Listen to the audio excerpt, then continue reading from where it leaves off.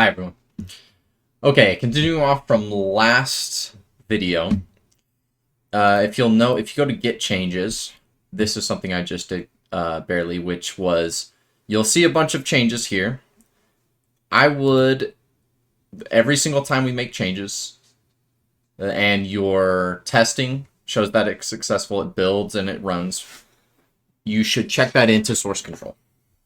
So I just added a comment here and then just checked in those changes, just so that they're added into version control.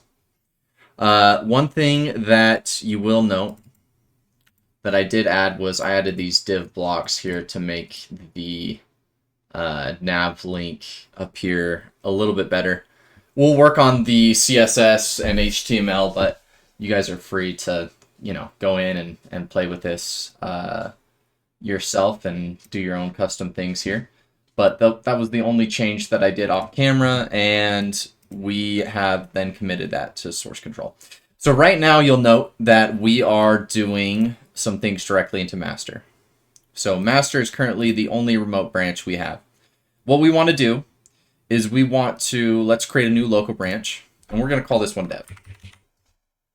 We want to be doing some GitOps here, which is let's have a dev branch that we'll check into, and this dev branch will hopefully always be deploying to our dev environment. And eventually we will do a pull request from dev into master, and that master branch will be what's actually deployed to production code. But I'll show you guys how that works. But for now, just create that new branch dev. We're going to be pointed. Make sure you're pointed at the dev branch. And what we're going to do is we're going to push that branch up to the cloud, which is our Azure DevOps. So that is now in the remote, and we are good to go there. Okay. So now what we're going to do is we are going to create services, which are going to we're going to go over services and controllers. And what we're going to do with those is it's going to allow the client to set up data and pass it over to the server. The server is then going to handle that and then send a response back to the client. So the way we're going to do that is we're going to start with the client, and we are going to add new folder, and we're going to call this services. And I did create this before just to do some testing, but it appears that it already exists. So this will happen quite a bit, which is annoying, and that can be handled by actually going to your wherever your repos are located, which in this case, C. And if you go to your users, whichever user, go to source, repos, FLP, and we are in the FLP.client, and delete that. I love it when Visual Studio does that, but just so you know, if you run into that error where it doesn't show it here, but it exists magically behind it, it's most likely just in your file explorer. You'll have to delete it manually. Okay, service is there. Now we're going to add another folder, and we are going to, this is where we're going to organize our services here. So what we want to do is we want to create a service to handle our users. So like creating a new user, getting a user, all that kind of stuff. So we're going to call this folder, let's call this user account. And so underneath this, let's create a new item. It's going to be called user account service. We're actually going to call this user account service. So this I in front, I user account service. This is important. It is going to be our interface. And what that means is we're going to use this as the class that we're going to inherit our other services from. So in this case, we're going to have a new item, and we're going to call this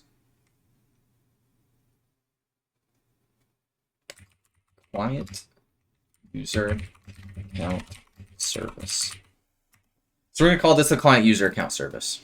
So we have the client now up in the server. We're going to do the same thing, except we're going to do services and then another folder under here. And we're going to call this user account. So still matching. And then for our new item, we're going to call this server user account service. And before we define some things in our here, we are going to just build out the client first. So in the client, we're going to need a few things. So our client is really what's going to be making an HTTP request. So on the client, you're going to be making an HTTP request to the server. So you're going to be hitting an API endpoint.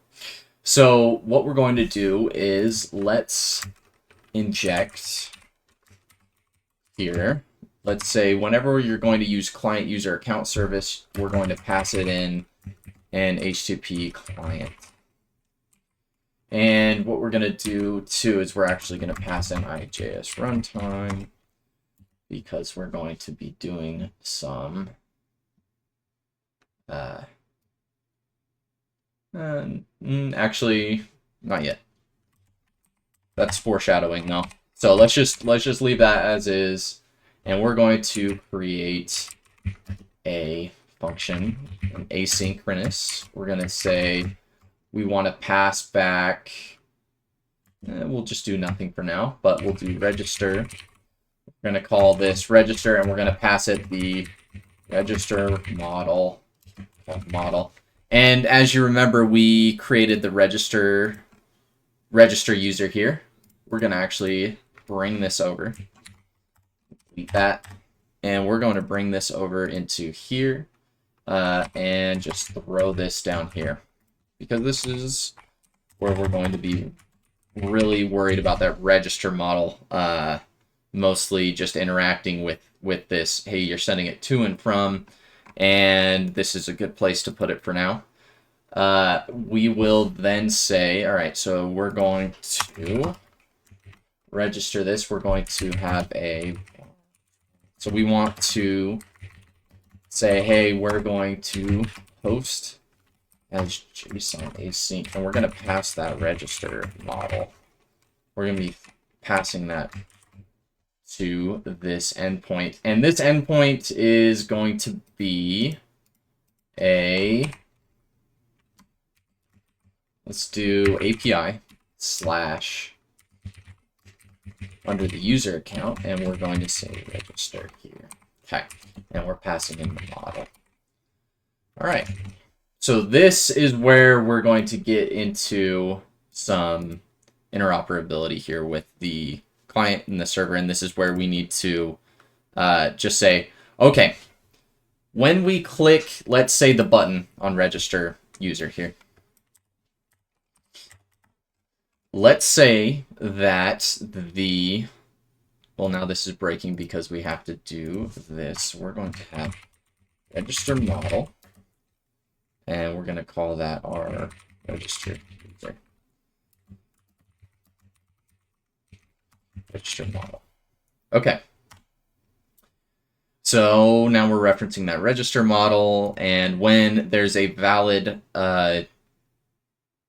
data entered, we are going to say, okay, when we're going to click this submit button, this function is going to fire off, and what we're going to do is we are going to inject this this service and call this register.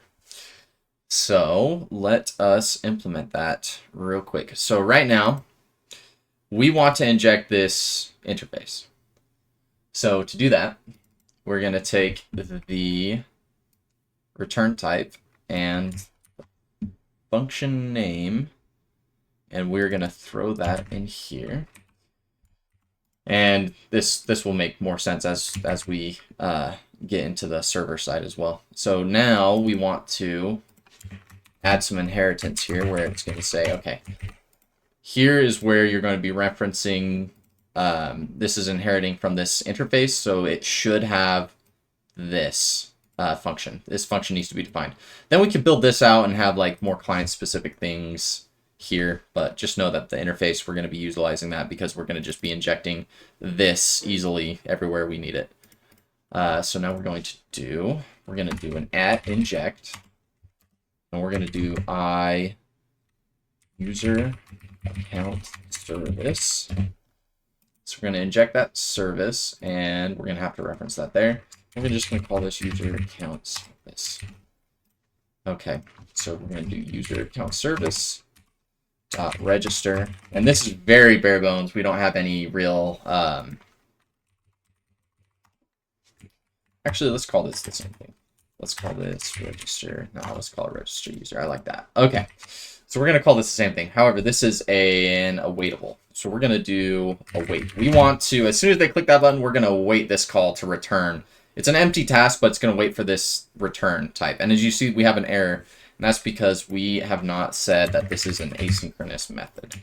So that it has something to do with when you have an asynchronous method, if you aren't awaiting it, basically other things can happen on your page and in code, and then wait for responses. So it will fork tasks and things like that. So the main function of the website will still happen, and while other things are happening, and let's say that this registration is taking place, the user can go and do other things, and then as soon as this gets a response from the server, then it will finish up this and hopefully clean up everything it needs to. But we want to just wait for this to be finished up before we do anything. We don't want the website moving on because we want a valid user. So we're gonna do that await here. Okay. So we did handle valid register, and it's going to be calling this. So this is going to be kicking off register, which is going to be sending a post request to this endpoint here. So this post request is going to be going to the server. So we need the server to be able to handle this and then route it to the correct place to create that user account.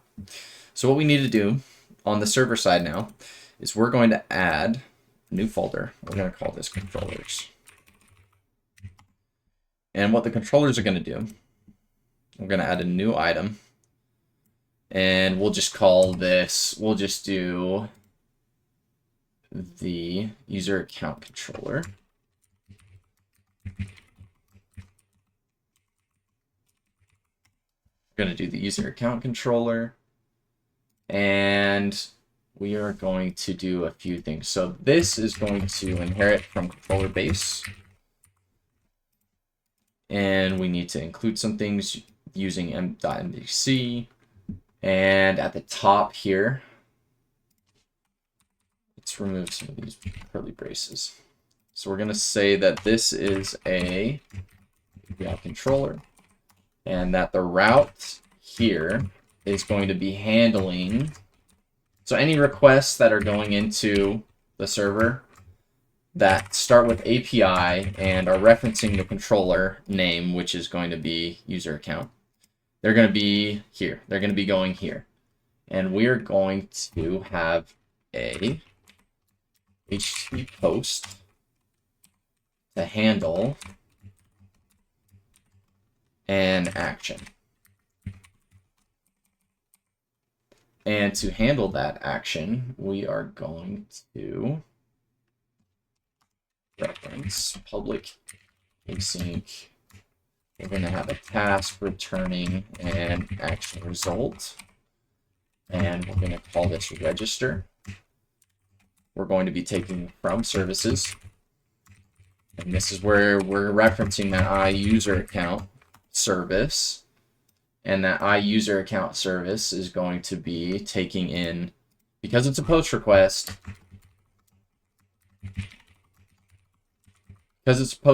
we need to take in that register model. And it knows about register model. Remember, register model is over here in client user account service, but that is because the server can see all these other projects, so it knows about that and where it's located. So we're going to be passing that in, and we are going to have to do some things here, which is from service. I believe that we need to include, did I misspell? Oh, from services, not from service. So from services is going to look at our reference services on the program.cs. We'll get to that. But this method, okay, so now we need to return something.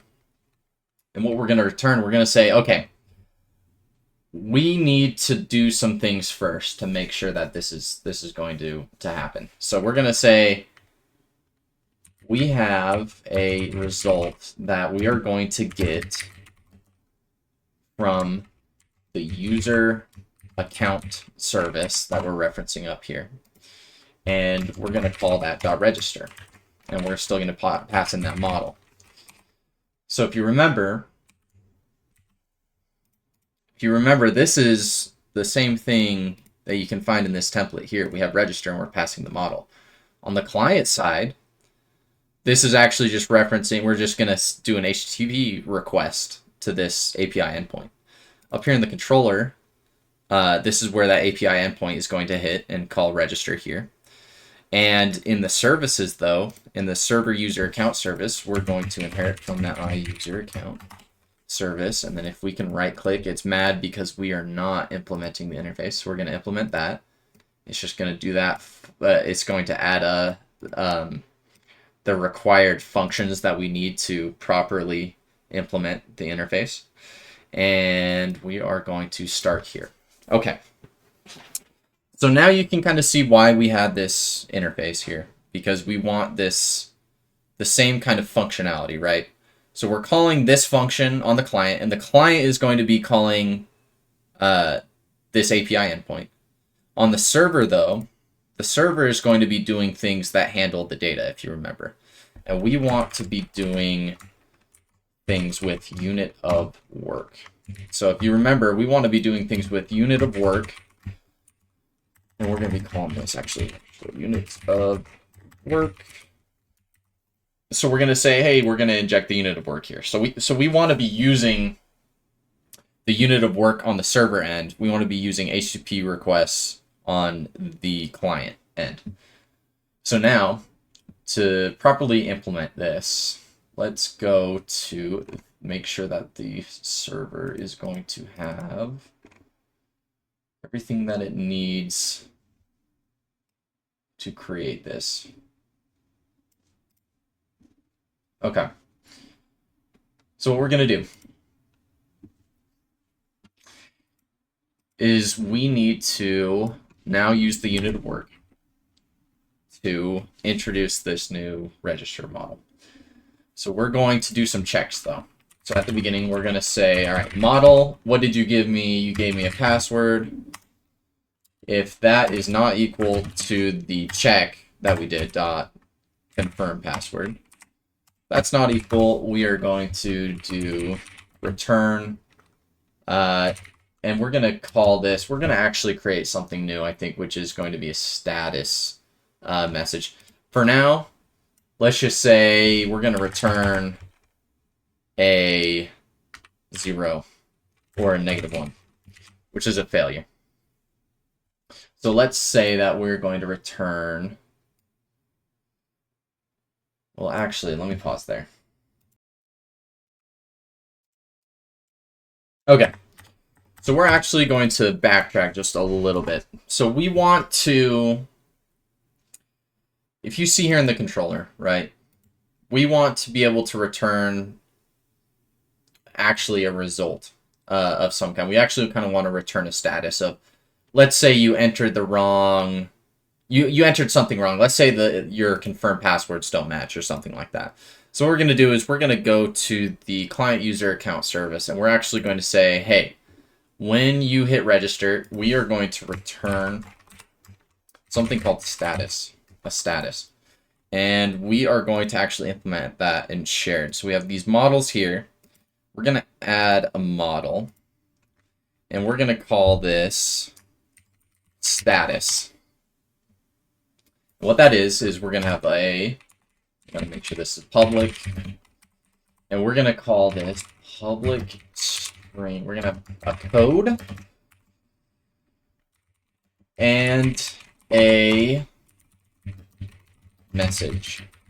And we're gonna pass this to kind of just help us do some either error handling in the future, debugging. This will help you debug, and then this will also hopefully end up being useful to the end user to pass information back.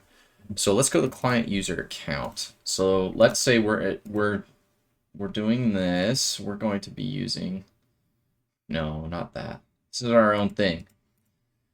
I wonder if this does have a relationship. So let's go here. And remember, this FLP.client should only be able to see shared. There should not be any checks here. If there are, make sure you remove those. Okay. So shared, right click now, and using flp.share.models. Okay. So we are going to now say, all right, register is going to return status. And remember, task is used for asynchronous. This is just to say, hey, this is finished up. But now the task is going to say it's asynchronous, and I'm passing back a value here, which is status. So we do need to update our interface. I'm going to add status here. And we're going to have to do using here. There's a way to clean all these up. We can do that in imports. I'll show that in a later video. But for now, let's just keep going through here. So hopefully, yes. So now what it wants, though, is it's saying, hey, you need to return something. So hopefully from our response that we're getting here, we will be getting out of this post request. We are going to be getting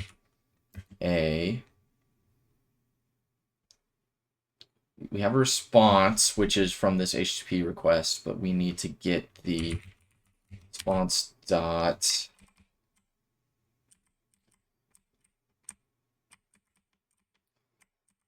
get as JSON, the content dot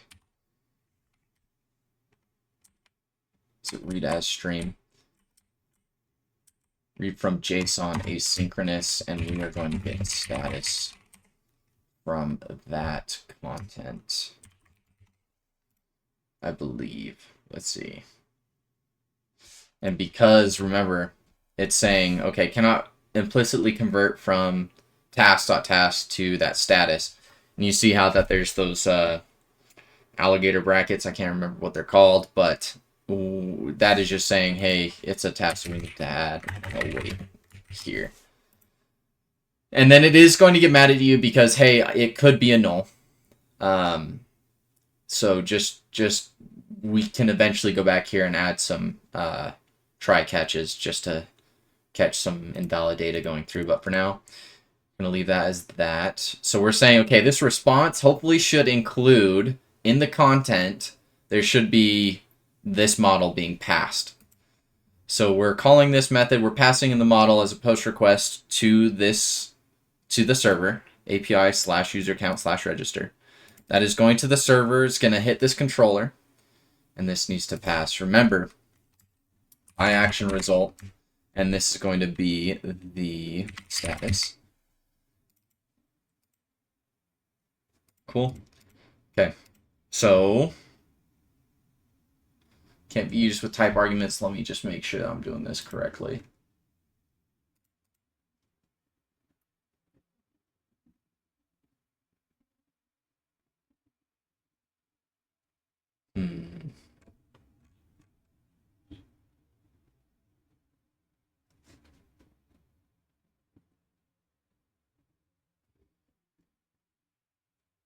Okay, let's actually make sure that we're returning this with nothing. We're just making sure that this iAction result is finished up with register. We're actually going to be returning.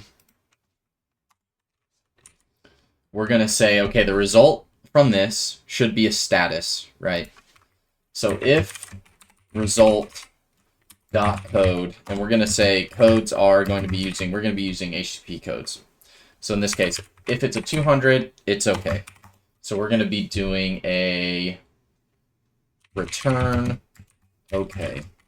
And we're going to do a result, and we're going to pass the message, though. So we're going to say, okay, so this is an OK, which is a status 200 OK response. So we're going to be interpreting the codes and messages this way.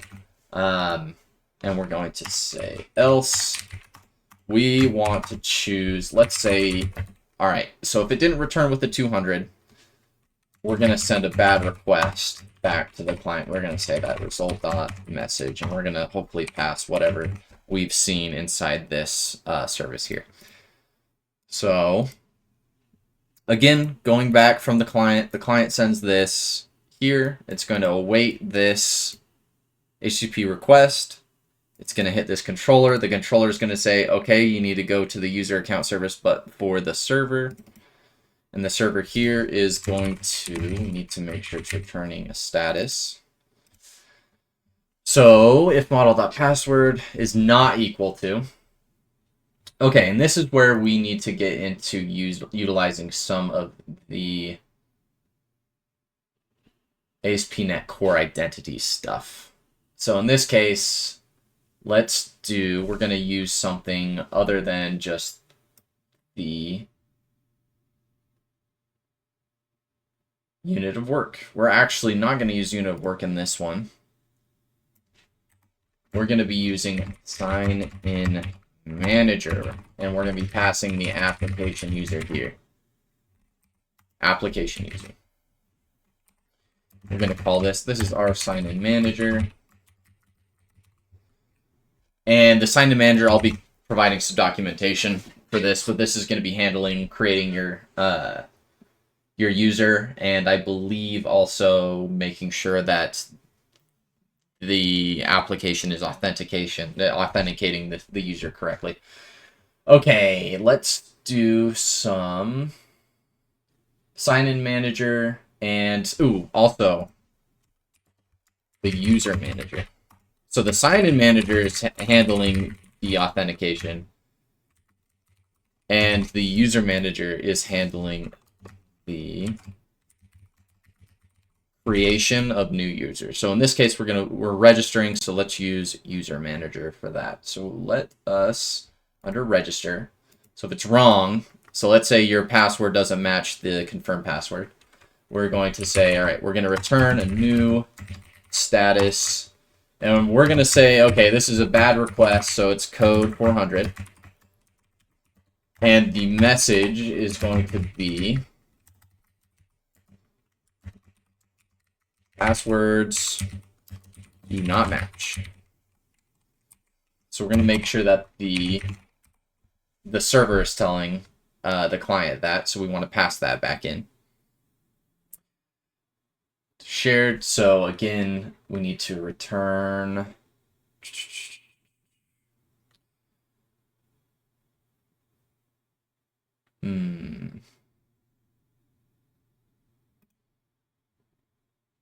yeah, that's right. This is asynchronous. Okay. And then we're going to say, all right, so if the passwords do match, we're going to say, all right, our user equals new application user. We're going to say, all right, you're going to be a new application user. We're going to give you a username, which was your email. And then we are going to say that email is also going to be that email you passed in. So these are two required fields that it needs to instantiate. And we are going to say the username.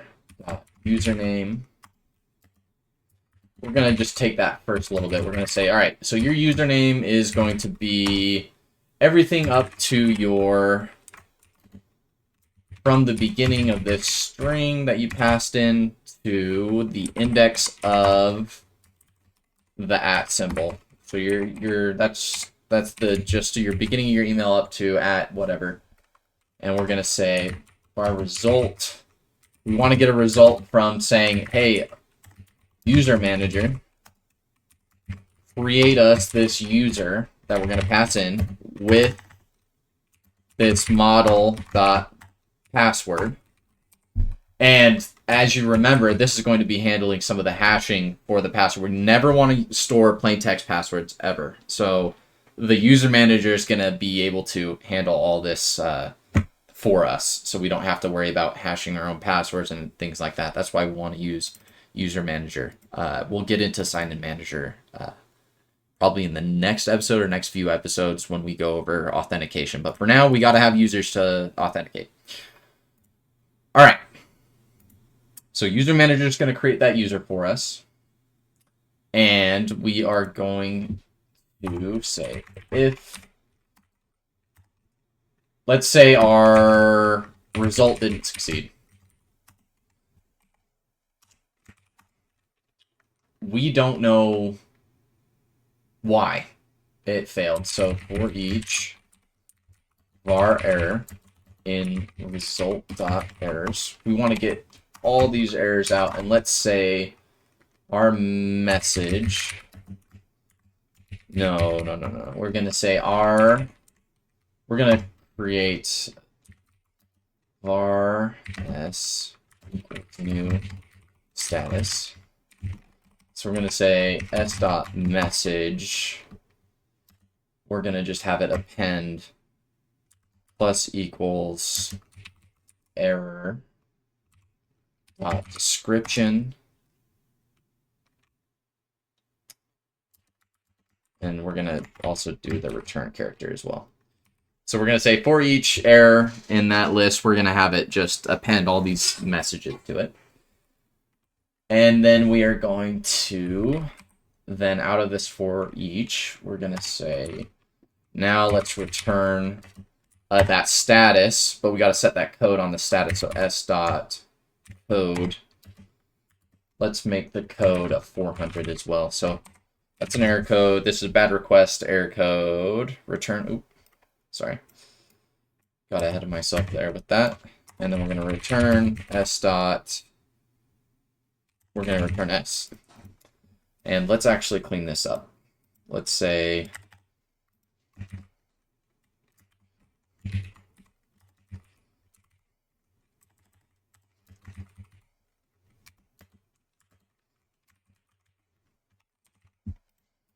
can I not do that, please? Oh, that's right, because I need the curly brackets. Okay. So I want to say it's a bad request, and then I'm going to append these messages onto it, and then we're going to return this because it didn't succeed.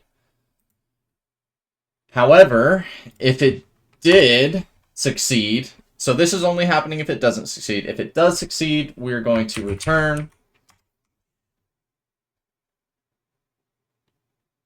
a new status.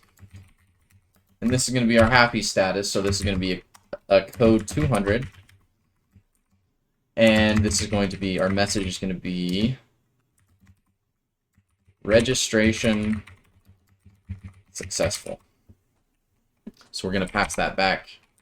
And we can actually even be more verbose here. We can just say registration of, and we can say the model dot email. We can say, hey, registration of this email was successful. Yeah, let's say that. That'll be fun. Okay. So here we have this now built out. And if you remember, this, if we go look at Control-Shift-F, and we can look that up, we see that's in 3 different locations. We see it's in the client, but the client's is different. So it's that same that same function, but it's different. All this is saying is, hey, hit this endpoint, and I want to return this. And as you remember, we actually need to read this a little bit. We need to say, okay, we're returning that status code, and we need to get that back out. Yeah. That should be good, actually. Let's keep that as is there. Okay, and then here's that template where we just say, hey, we're going to be using this interface in both the server and the client. And this is the server side. So this is where it's actually like doing things into data. We're utilizing, in this case, User Manager to create a user. It's still going to be using our DB context and everything. Unit of work, we'll get into that more, but there are some AspNetCore Identity stuff that can do that for us. So we can just offload that to pre-existing functions. You don't have to do that yourself. It handles the password hashing and things like that. So we want to take care of that. That's why we're using this. Is you don't want to be having to handle some of this security stuff if you can just offload it. That is a lot of effort taken off of your plate. So we're going to use that. And so now we kind of have this loop that we're creating, right? Where on this page, the register page, you are having the user fill this out, and they're going to click submit to register their user. The user clicks submit, and then hopefully it will go through this service, which we're injecting here, and the dot register. And in this case, it's using the client side, and it will be hitting this API endpoint. And if you remember, that API endpoint is then saying, hey, I'm going to call the server now. And the server is looking at this endpoint in the controller. So we've defined that controller to be here. It's saying, okay, it's API / user account / register. Expecting a post request. And then we're going to be calling the server side user account service. That's going to be hopefully creating that user and then back to the controller. And that controller is going to say, okay, whatever I return is the status. If it's a 200, we're going to return an OK and that message. Else we're going to return a bad request to the client. And now let's look at the client, because theoretically we should be getting a status here, right? So when we're getting that status back out of it, we want to say, okay, var status, right? So we're getting a status out of that. So let's say, okay, we want to know what this looked like. And we want to say, if there was an error, let's do something, or let's print it back out to the user. Let's say, hey, your something was off here. And there are other ways of doing this than communicating with the client and the server. You can do data validation directly on the page without having to go to the server. This is creating more load on the server than necessary. So we'll kind of go over both, but this was just a quick introduction to how you can kind of do some things. And let's say you want to pass more specific things back to the client. You can with this kind of passing status and messages back too. So status here, let's create a new, let's call string, and let's call this error message. Let's say we have a string called error message. And let's say if that status.code is not equal to 200, so if it's not successful, we want to populate error message equals status dot message, whatever that message is. So we're going to get error message, and we want to say up above the register new user, right? Let's say right underneath register new user, we're going to have a p tag, and we're going to say that is going to spit out whatever error message has at the time. And let's style this up real quick, and let's say style color red. We want red error messages here. So let's build that real quick. Okay. I'm just going to show you right now. So you think you're done, right? But that is the issue with web development. It's pretty involved with what you have to do. So if I were to run this now, okay, we want to hit this code. So let's put a breakpoint here actually. So we're going to put a breakpoint there. So we're going to say, all right, when I click this, I want to just pause the code there. So let's register. Oh, look, we have an issue. So we haven't even hit that breakpoint. Unhandled, exception on the current circuit. So the circuit will be terminated. Okay. So we want to have more information, right? This isn't telling us anything. We're in our local environment. We want as much information as possible with what's going on behind the scenes when we're developing locally. We don't want information hidden for what's going on. So we're going to do, for more details, turn on detailed exceptions by setting detailed errors to true in the app settings.development.json. So we're going to do literally what it just told us. We're going to do go to app settings. In the app settings.development, we're going to do detailed And remember, this is JSON, so JSON needs to be very specific and particular with indentation and your commas. Say detailed errors.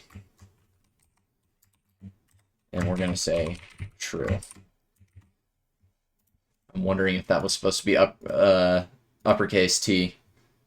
We'll see. So we're logging this information. Here's warning. Okay. So hopefully when we go register login. Perfect. Awesome. Now it's showing us some stuff. Invalid operation exception. Cannot provide a value for property user account service. There's no registered service of type. Okay, so if you can see this, the client services is trying to create this service, but it's saying, hey, you actually can't inject this on register because I have no idea what you're talking about. So we have to go to the program.cs and we have to tell the client what it needs, what it's expecting here. So we're going to say, all right, in the builder.services, we're going to add HTTP client. And now we're running into something where it's saying, okay, I don't know what add HTTP client is. So we need to actually go into the client and add a, where are my packages?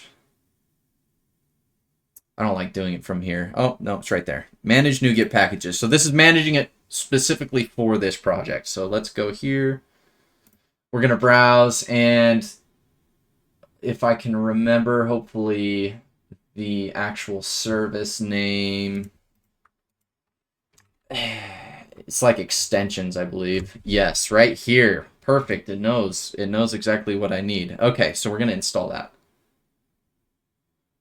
Okay, apply. So now if we go back to the program.cs for the client, if we look here, okay, now it's working. Great. So what we're going to do here is, let's close this up. So we're going to say, all right, builder.services, we're going to add an HTTP client to this service. And this service is using the template user account service, but it's going to be implementation of this is actually going to be the client user account service. So that type can be passed in, injected now. And we're going to say your HTTP client. We're going to pass some special rules to this client here, which is we want to say whenever this HTTP client is sending a message, its base address is going to be using whatever our base address is. So as you can see, we want to just be passing in, we just want to be going to this API endpoint. So hopefully our base URL is going to be, or URI in this case, is going to be the localhost or whatever domain name we're going to have in the future for this. So it's going to handle that for us. All right, so let's keep going. Let's now see if we can get past that service error.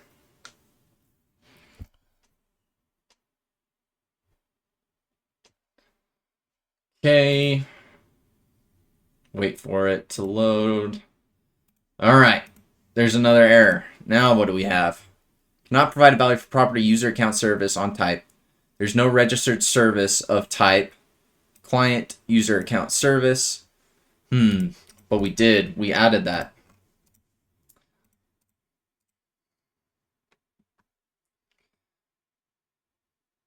But we didn't add it somewhere else though. So we did it for the client, but we didn't do it for the server. So in the server, let's go and add it there as well. So that's why we have to do it in two locations. One for the client, one for the server. So whenever you're doing this, you just got to remember that, okay, you're actually having to manage two locations now. So app.builder, we have our unit of work here, and below that, let's do .services add scoped, and we're going to be calling our user account service, and we're going to do like server user account service, and we don't have to do anything special here. We're just saying, hey, you have a service, you're going to be using that. All right, so build.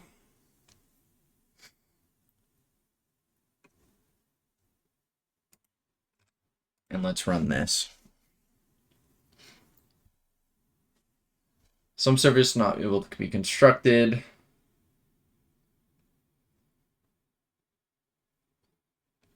Sign-in manager. All right.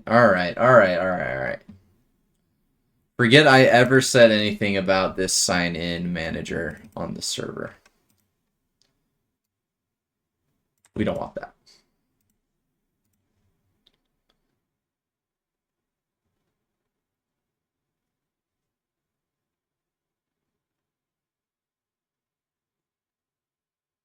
User account, server user account, unable to resolve service.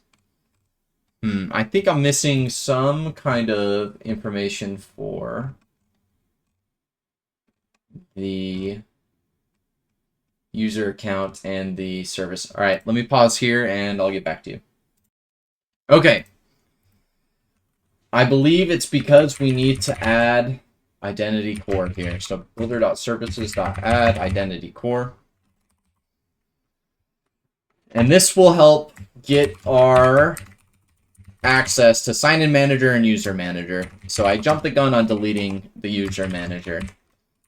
That's because I thought I could solve the problem without reading the documentation. So always remember, I'm going to leave in these mistakes because this is just part of the process of being a developer. You're trying to do something, you think you can do it right, and you should always believe in yourself, for sure. But you should also be able to read documentation because not everyone knows everything and not everyone knows how to do things right. If everyone could do it just the right way the first time, then AI would be able to replace everyone's jobs, and that is probably not going to happen for a while. And even then, it's mostly going to be a tool for you as a developer to use because great things are built with multiple tools and not just AI itself. It needs some kind of orchestration. You're directing the AI. You need to be able to know that you can make mistakes and where things would look better and where things could benefit from your perspective. So we are going to keep going with this. All right, so let's see if we can get around this error now. So let's go back to, where did I delete that? In the server user account here. Let's undo that. Okay, let's see if this has done anything here. No, it doesn't like it. We do have a different one now. We're doing better. Okay. So we need something else. We need something else. What do we need? What do we need? We have the identity core. We need to add some authorization here. So let's go through the process of trying to solve this where let's say there's some troubleshooting going on. It'll be constructed.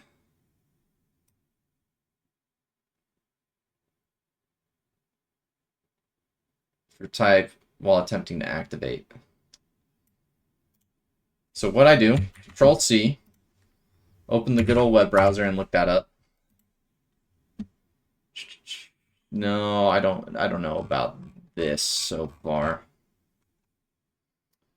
Add identity, register the DB context before you configure the identity store. I don't think this is the same issue though. It might be though. So let's try and take this. And we have our connection DB store here. Let's put this right here. Now let's try that.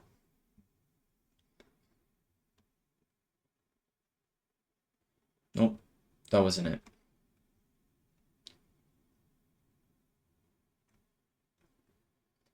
All right, now let me actually pause and solve the issue before this video gets way too long.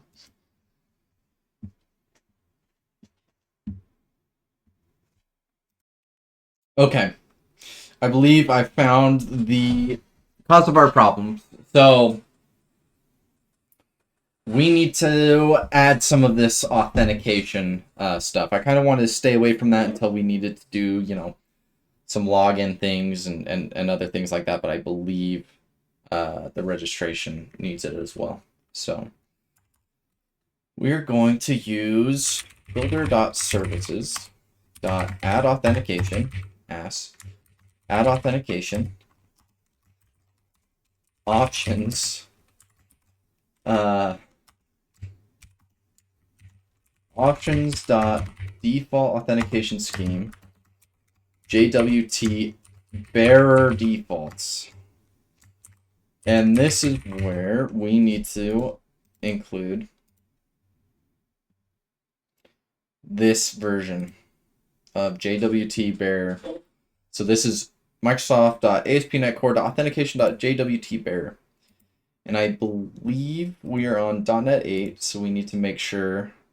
And I believe I might have installed the latest on accident real quick. Let me go and fix that for the client. So don't get too rowdy with just control dot and whatever pops up first. I like to do that, so it's a unhealthy habit. Okay, using here. Okay, the authentication scheme, and then we're going to do options.default challenge scheme. We're going to say JWT bear defaults dot authentication scheme. And there is an easier way to do all this, is if you just added if you just did add individual accounts when you set up the project. But I like to be thorough, and the add individual accounts also adds some fluff that I don't want to have in our custom application that we're going to be building. And that is just how I want to do things, is kind of from scratch, so I can learn myself what needs to be done. Token validation parameters. And we want to validate the issuer. Okay, we want to validate the audience. So what clients are going to be receiving some of this stuff. We are going to then validate the lifetime. And it wants me to add my commas. Lifetime. Validate issuer signing key. True. I do not like the IntelliSense sometimes, but here we're gonna go. We're gonna keep going. Valid issuer. Builder.configuration.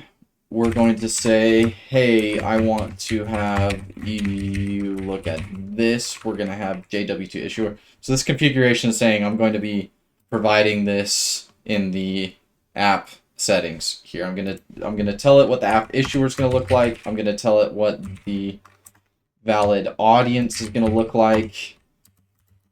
So if I'm getting something different from the client, if the client is trying to spoof something and they do not include these, then something is not right, and we're going to reject any kind of authentication with the client. So the issuer signing key is, we're going to say, a new symmetric security key coding .utf8. So we're using JWT, but we can do different kinds of authentication. But for now, just to kind of show you the web application stuff, we're just going to do JWT for now. I might make more videos in the future about other things like OIDC and maybe even Microsoft Entra. But for now, we're going to just stick with this. And we are going to do .add identity cookies. Okay, and then let's while we're adding the authentication services dot add authorization authorization policies, so that we can just say, hey, you need to be authorized to run some of these controllers and things like that. So whoever's requesting it, this client is requesting. So in this case, if you're registering a new user, you're obviously not logged in as a valid user, so I'm not going to require you to be authorized to send this. But for other things, like let's say you're making database changes, I want you to be authenticated before you're allowed to do any of that stuff, and we'll get into that in a future episode. But for now, let's get this working. Hopefully, let's get a passing build working here. So let's build this, and hopefully we've solved our error there. But if you remember, we added these here, which are our app settings. We need to go into app settings. And for the dot development, we need to have a JWT issuer audience key. So we're going to have an issuer audience and key. So JWT, we are going to have an issuer is going to be localhost. The audience is going to be localhost. And then you can just highlight this, do double quotes to wrap that up. You don't have to go back. And then key. And our key is going to be super awesome secret key. And this should theoretically be passed in or injected somewhere. It could be an environment variable, but for now it's gonna be super awesome secret key. So if we go look at our program.cs, so it needs issuer, audience, and key. All right, let's try and build this now. Run this. Awesome. We're not there yet though. Okay, now let's just get to our page. All right, let's try and hit our breakpoint. So let's say we have an email as thisguy@gmail.com, and our password is this, and confirm password is this. We need to change these to not show that, but for now we're gonna hit register. All right, it's gonna take us here. We're gonna hit F10, and we're gonna be getting an immediate response from the server. That's not good. That's actually saying passwords must be at least 6 characters, non-alphanumeric. So even our the automatic parsing of that is being passed. But as you can see, because we passed that message back, it's saying, hey, we need to have this for the passwords here. So, and I believe that is because we are actually hitting the server-side code here, where it's saying, all right, passwords don't match. So let's put a breakpoint in here to actually see where we're going. And let's see if we're getting into here, into our controller. So we're going to register and log in. We're going to say this guy, this. We're going to get that same error. Okay, the user account is going through.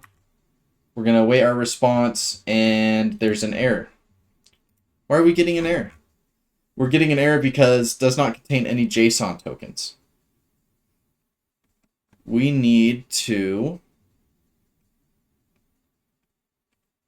throw some JSON tokens at it, or just make sure that this is not going to be authorized. So we're going to pause here. I'm going to make sure we're doing this correctly. Okay.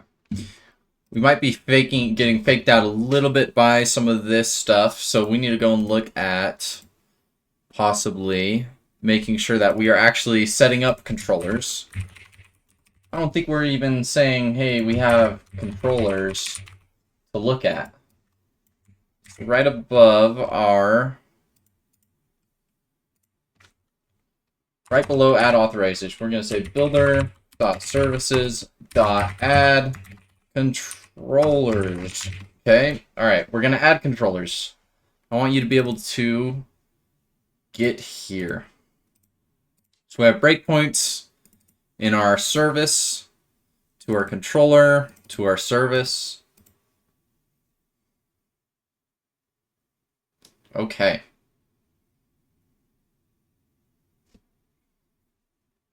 All right, we're going to register login. This guy, this. All right, let's register. Let's see what's going on here.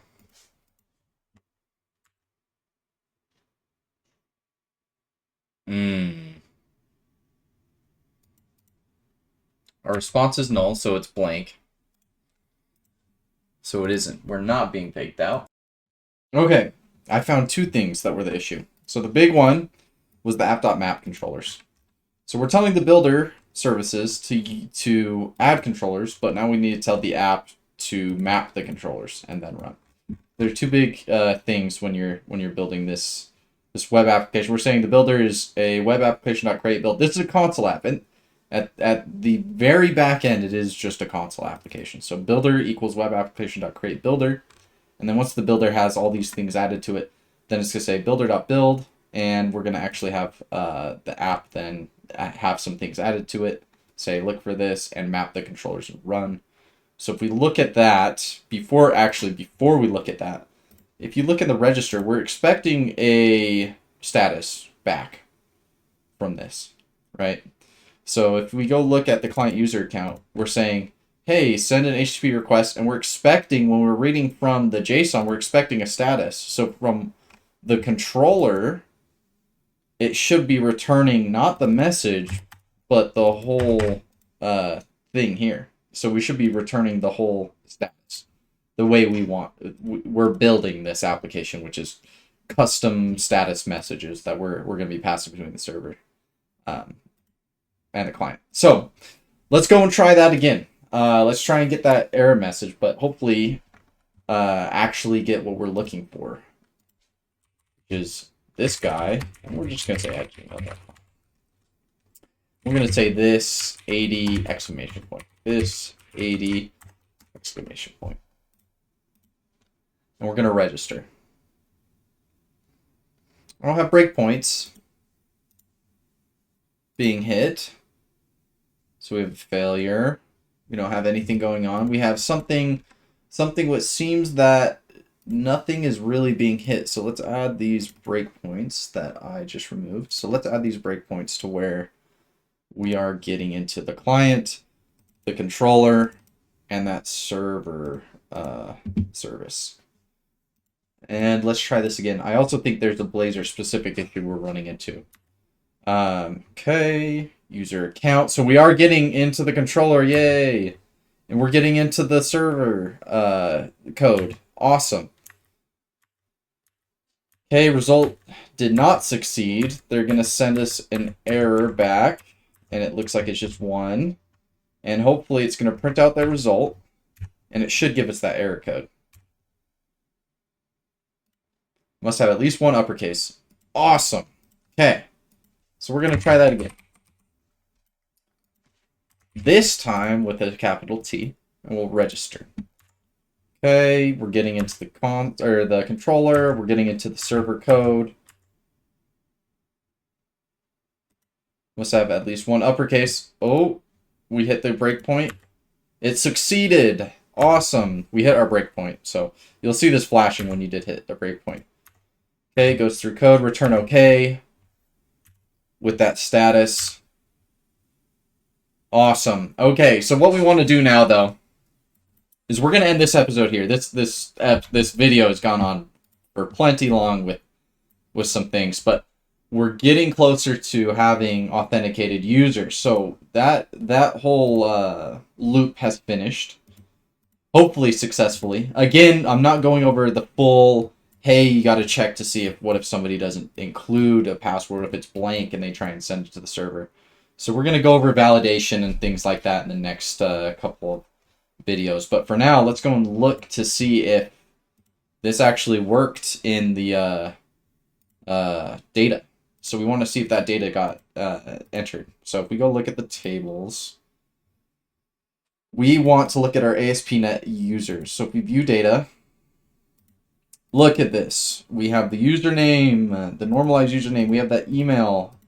The email was not confirmed. We'll go over this. And we have the password hash, so we're utilizing that user manager to take care of that. We have a security stamp by the authentication, or the the authentication. We have some fields that aren't filled out that we didn't provide, but we're getting data flowing, right? We're getting some authentication. We're leveraging AspNet core identity to do some of this stuff. So this is just a very basic principle of how web applications work with a front end and a back end. And the front end, again, just know the loop, which is you probably have a service somewhere that is sending out an HTTP request, whether it's post, get, put, anything like that.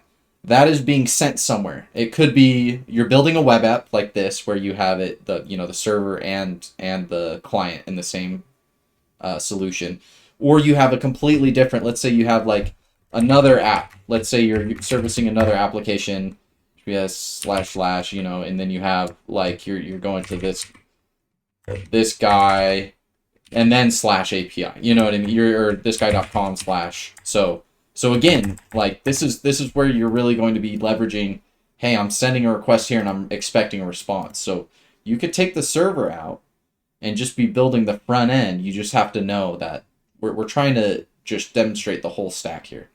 So you have the service, you have it hitting the controller. The controller is saying, hey, I hit this here and I'm going to be running this service, and then returning it something back. Returning something back to that client. So all the data stuff is being handled by the server. All the, hey, I need to do some of this, or this is what I need to do, is being handled by the client. So functionality is offloaded to the back end, where the front end should just be very focused on, hey, I can click through this. It's very responsive, very fast. And the back end is really what's doing the heavy lifting. So if you know that loop, we're going to be using this kind of server client loop and making sure we're doing more data validation in the future. But for now, we did a lot, and we set up that that initial client server loop. So that is the very important piece to know. This is going to be anywhere you go that's using client server, basically anywhere. You'll see, x.com, YouTube, all that stuff. So good luck. And before I forget,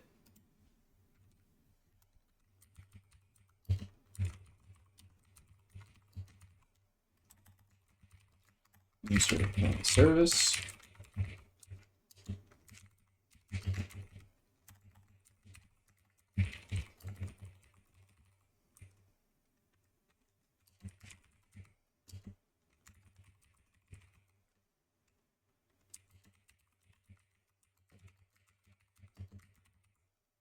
Using JWT.